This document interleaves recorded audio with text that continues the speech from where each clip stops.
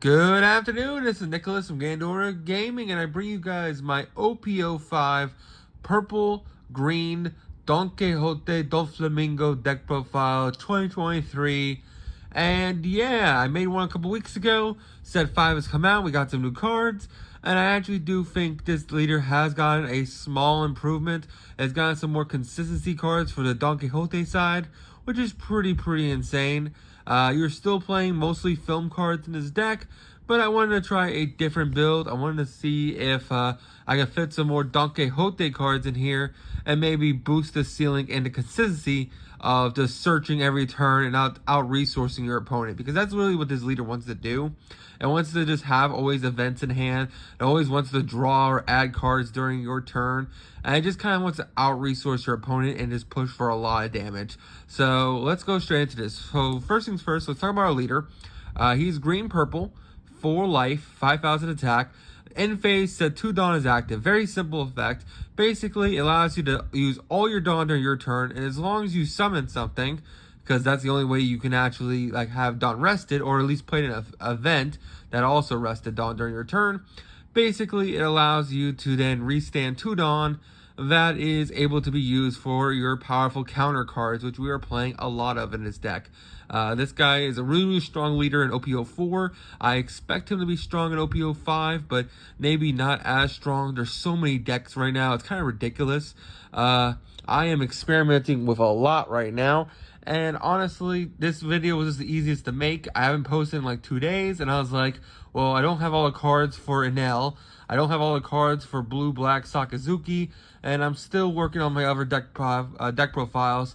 I almost got a Red Purple Law deck done, but it still needs some updates and some tweaking. But other than that, I just felt like I might as well get the easiest leader that I got done immediately on the release of set 5 done, and then we can move on to the decks I haven't talked about yet.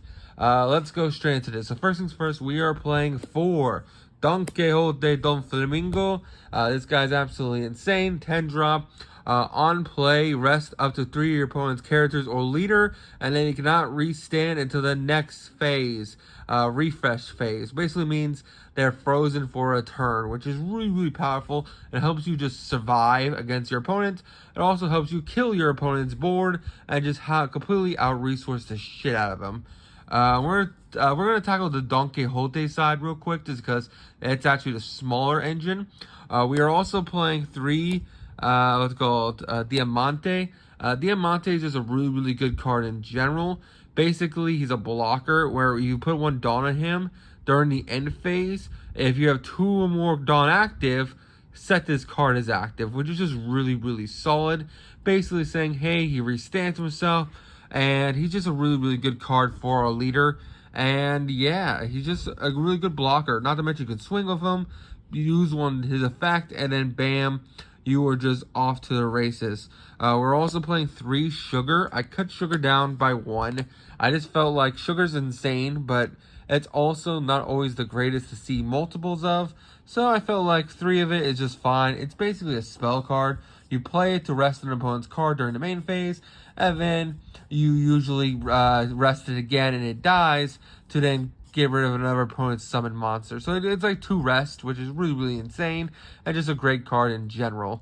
For our last Donquixote Doflamingo cards, we are playing 4 Baby 5. This is a brand new card from set 5. This card is our Donquixote Doflamingo Searcher. Basically, it's like Corona, where during the main phase, you can rest it in a Dawn, and basically look at the top 5 of your deck and add a Donquixote Doflamingo from your deck to your hand. A Donquixote Doflamingo Pirate, which all these cards are, which is really good. And then the final search card we are playing is a new Stickum Meteoris. This card is the new counter spell we are playing, and this card is absolutely insane. So basically, counter up to 1 of your opponent's characters or leaders gain 4,000 power during a battle, then KO up to 1 of your opponent's characters, rested characters with 3 costs. This is really great against red decks, or just any deck in general. Basically, this card just gives you 4,000, and then you can kill a Zoro, which is really strong. I think this is just a really great package in the deck, and I think it is really good in general. Let's talk about now the film cards, which hasn't really changed, except we have cut a couple of them just to fit the packages. We are playing, of course, for Monkey D. Luffy. Monkey D. Luffy is just one of the best blockers in the game. The fact that he's on summon a film card with 4 or less from your hand is just really, really insane. 7 costs, 7,000 blocker, just really, really good. Of course, we are still playing the 4 ulti. Ulti is just insane in general. The fact that you just minus a Dawn and then you get to rest an opponent's character at 5 or less is just insane. It's just a great blocker in general. There's a reason why she's expensive, even though she's also from a structured deck, so that's why she's also expensive. We are also playing for Nami.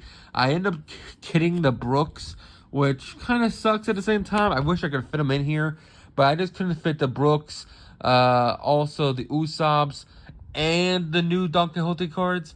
I just had to make some space, so I'm trying it without them. So far, I'm liking it, but at the same time, sometimes I like going Luffy into Brook into a Nami, but sometimes you don't mind it.